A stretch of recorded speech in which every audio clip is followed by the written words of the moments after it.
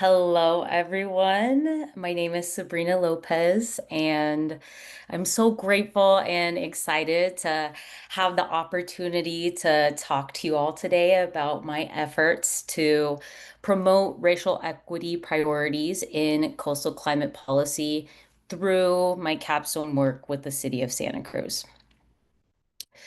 My passion for equitable climate change mitigation and adaptation policy goes pretty far back to about 2006, when I was about 9 years old and I watched Al Gore's An Inconvenient Truth, a horrifying documentary about climate change that I'm guessing many of you here probably remember.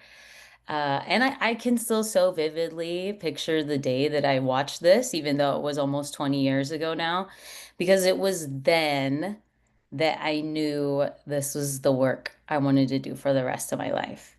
And I'm a big believer that the personal informs the professional.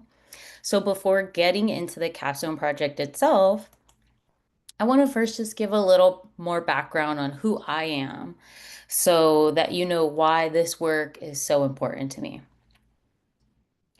I grew up in Hayward, California, which is located in the East Bay Area, for about 18 years before moving to Santa Cruz. Here are some pictures of me with just a couple of my family members, including my dad, my best friend, and my goddaughter. And though my family is originally from Jalisco, Mexico, Hayward is one of the most ethnically diverse cities in California. And I grew up constantly surrounded by children of immigrants from all over the world with all different cultures and backgrounds. And it was so beautiful and rich that I thought racism was over. However, when I moved to Santa Cruz 10 years ago for my undergraduate education, I learned through my social justice classes at UCSC and from personal experiences that systems of oppression related to race were not quite as dismantled as I'd previously thought. And even today, a decade later, political and social tensions around this issue, some might say, are even higher, to put it gently. And I mention all of this very personal background so that hopefully folks can get a small glimpse into why I feel so compelled to look at issues of racial equity in coastal climate resilience planning. And this is all rooted in the belief that everyone, I repeat, everyone deserves a safe and healthy environment, regardless of skin color or ethnic background. However, and unfortunately, because of legacies of historic discriminatory policies from a long time ago, there are still a lot of disparities in environmental risks and hazards placed on communities of color that are only being exacerbated with the effects of climate change. So, before honing in to the local relevance of this topic, I want to first just acknowledge that this is a problem that not only impacts people at the local and national level, but this is truly a global issue, as acknowledged by scientists all over the world, such as those with the Intergovernmental Panel on Climate Change. Studies have shown that throughout California and nationwide, communities that are most at risk of environmental disaster tend to be lower income communities and are more likely to be non-white. These photos here are just some examples of devastating floods that have happened in the US that disproportionately impacted communities of color, such as Hurricane Katrina, the Pajaro Valley levee breach, and Hurricanes Maria, Harvey, and Helene. So moving into the implications for Santa Cruz, here I have a map that I created that demonstrates the 2020 US Census percentage demographic data in Santa Cruz, overlaid with the FEMA flood zone layer in blue. The lighter the census tract background, the more ethnically diverse that tract is. So we can see here that some of the most ethnically diverse areas of Santa Cruz are closely overlapped with the flood zone.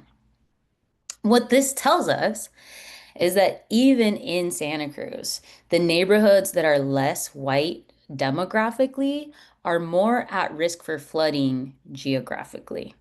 And flooding is just one of the many climate vulnerabilities that come along with climate change. So, moving into my capstone work, the goal of this project was to address the issue of disproportionate environmental risk on vulnerable minority communities by assisting the city of Santa Cruz with institutionalizing equity priorities through climate investment practices. So to do this, I collaborated with Dr. Tiffany Wise West, who serves as the city's resiliency and sustainability officer, to build out a project that would support her efforts to fund and be eligible for more funds for climate projects that consider and prioritize racial equity. And the results of my work have come about in four parts, but it consists of a preliminary and foundational literature review, a GIS analysis of the capital investment program funding for climate adaptation projects, a racial equity action plan set of recommendations that were informed by semi-structured interviews I conducted. And lastly, a slightly more broad piece of the work that includes the bipartisan policy research I conducted while a fellow at the Panetta Institute for Public Policy on federal equitable climate investments. So just diving into the results of my first deliverable, we have three main takeaways. And this literature review is considered a gray literature review, which means that along with having academic and research foundations, it also utilizes a lot of government documents such as white papers, urban plans, regulatory documents, etc. And these three takeaways were that climate change disproportionately impacts marginalized communities. Equity and environmental justice are not the same thing, but the three pillars of environmental justice framework, which is recognitional, distributional, and procedural justice, can be utilized to promote more equitable coastal climate investment practices. And lastly, I identified best practices for policy and investment strategies for equitable climate resilience. There's not enough time to get into all the details of that, but if you want to know more, I'd be happy to share my report and folks can read it. So moving on to my second deliverable, we have my GIS analysis of the City of Santa Cruz's capital investment program funding distribution that support climate adaptation projects. And for those who don't know, the CIP is a multi-year planning tool used to prioritize infrastructure and facility projects across the city. So here we have a map that demonstrates the CIP investment distribution for climate adaptation projects in Santa Cruz. The yellow stars represent various climate adaptation projects, and the polygons each have a color based on their range of investment per neighborhood. So the darker the color, the more money is invested in climate projects in that neighborhood. Please note here, though, that the city of Santa Cruz doesn't use census tracts for this kind of mapping. So the polygons here are called neighborhoods, and that had been decided on by the city. So I used this to adhere to the city standards.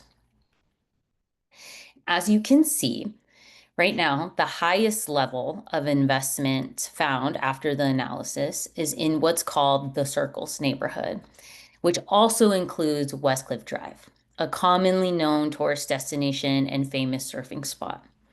As you can see in the green and pink outline, we have the neighborhood revitalization strategy area and opportunity zones that are federally recognized places that should receive higher investments for economic stimulation. But according to the analysis, actually have low to medium level of climate investments compared to other areas of the town, such as the circles. In the interest of time, I'm just going to present my results, but I'm happy to answer any questions about my methods at the end.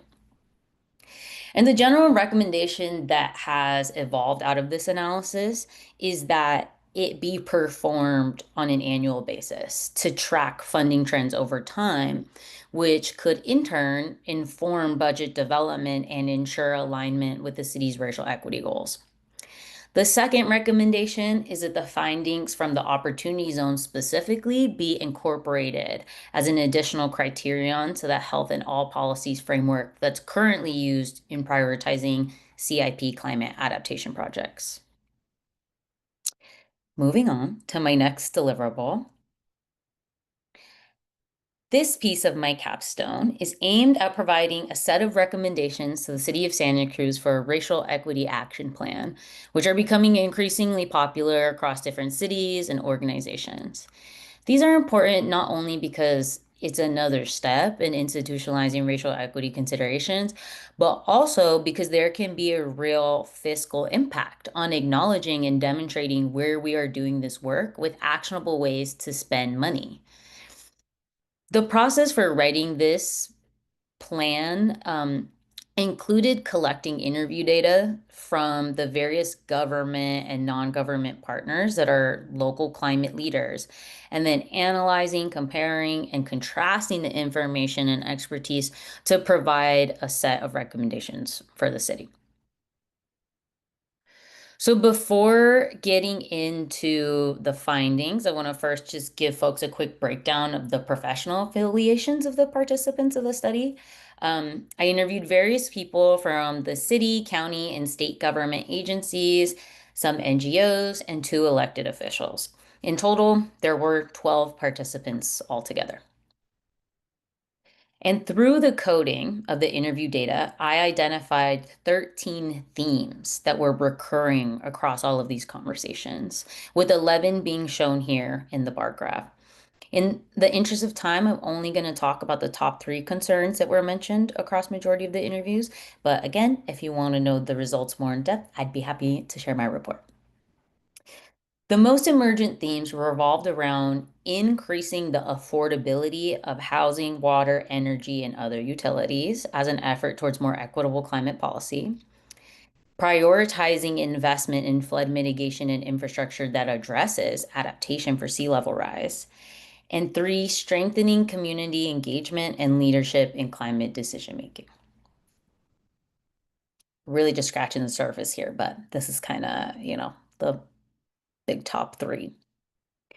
And after synthesizing all of the findings, I identified four policy recommendations. And those recommendations are for the City of Santa Cruz to prioritize affordable, climate safe housing development, invest in flood mitigation and climate adaptation infrastructure for vulnerable communities, strengthen community engagement and leadership in climate decision making, and accelerate and broaden the implementation of climate projects.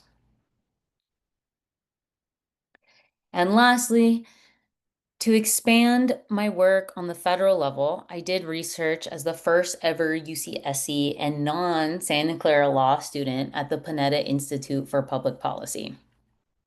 Here, I researched equitable climate investments at the federal level to provide Secretary Panetta and a group of other elected officials and professors with a bipartisan policy prescription that addresses this really critical issue. It was a really great experience, and I'm so grateful to have had the opportunity to grow in this way and get the exposure that it provided. And it was a really interesting place to be during the 2024 presidential election and accompanying administration shift. I also really loved getting to know my cohort and the amazing group of future lawyers. In addition to my work at the Panetta Institute, I was also able to participate in the Nature-Based Solutions Conference hosted by the Center for Coastal Climate Resilience in Irvine, California, and attend the annual Jefferson Lincoln Award ceremony in November. I've really enjoyed having the chance to learn and grow in this way because I hope to do this work for the rest of my life. So hopefully some of the skills I've learned here will inform the bigger picture for me and other policy endeavors. And however, like all that said, this work isn't something that we do alone. And what you can't do alone, you can do together. So I just want to say that I've been so honored to have had the opportunity to work and collaborate with so many amazing people and climate leaders. So now I just want to give a Oh, there's supposed to be Holly's picture here. I don't know why it's not showing up. I'm sorry, Holly. But I just want to give a big shout out to Sarah Emenheiser and Holly Rinch for being so amazing and supportive. I cannot express enough how much they've helped me during this process. They know. They know. I'm sorry Holly's not showing up in my slides for some reason. But there's a really pretty picture of her there. And also thank you to the Center for Coastal Climate Resilience for funding me, and thank you to the Panetta Institute for opening their doors to working with UCSC and myself. And lastly, a big thank you to my academic and professional support system through this process. These three women here, Dr. Ann Kapuczynski, Dr. Tiffany Wise-West, and Dr. Lindsay Dillon, have been so helpful and supportive of me through this research and process of channeling my really intense passion into something that is hopefully useful for coastal policy. So thank you so much for believing in me and believing in this work. And thank you to you all for being here and listening to this thing I care so much about. I'm now happy to open it up to questions and comments.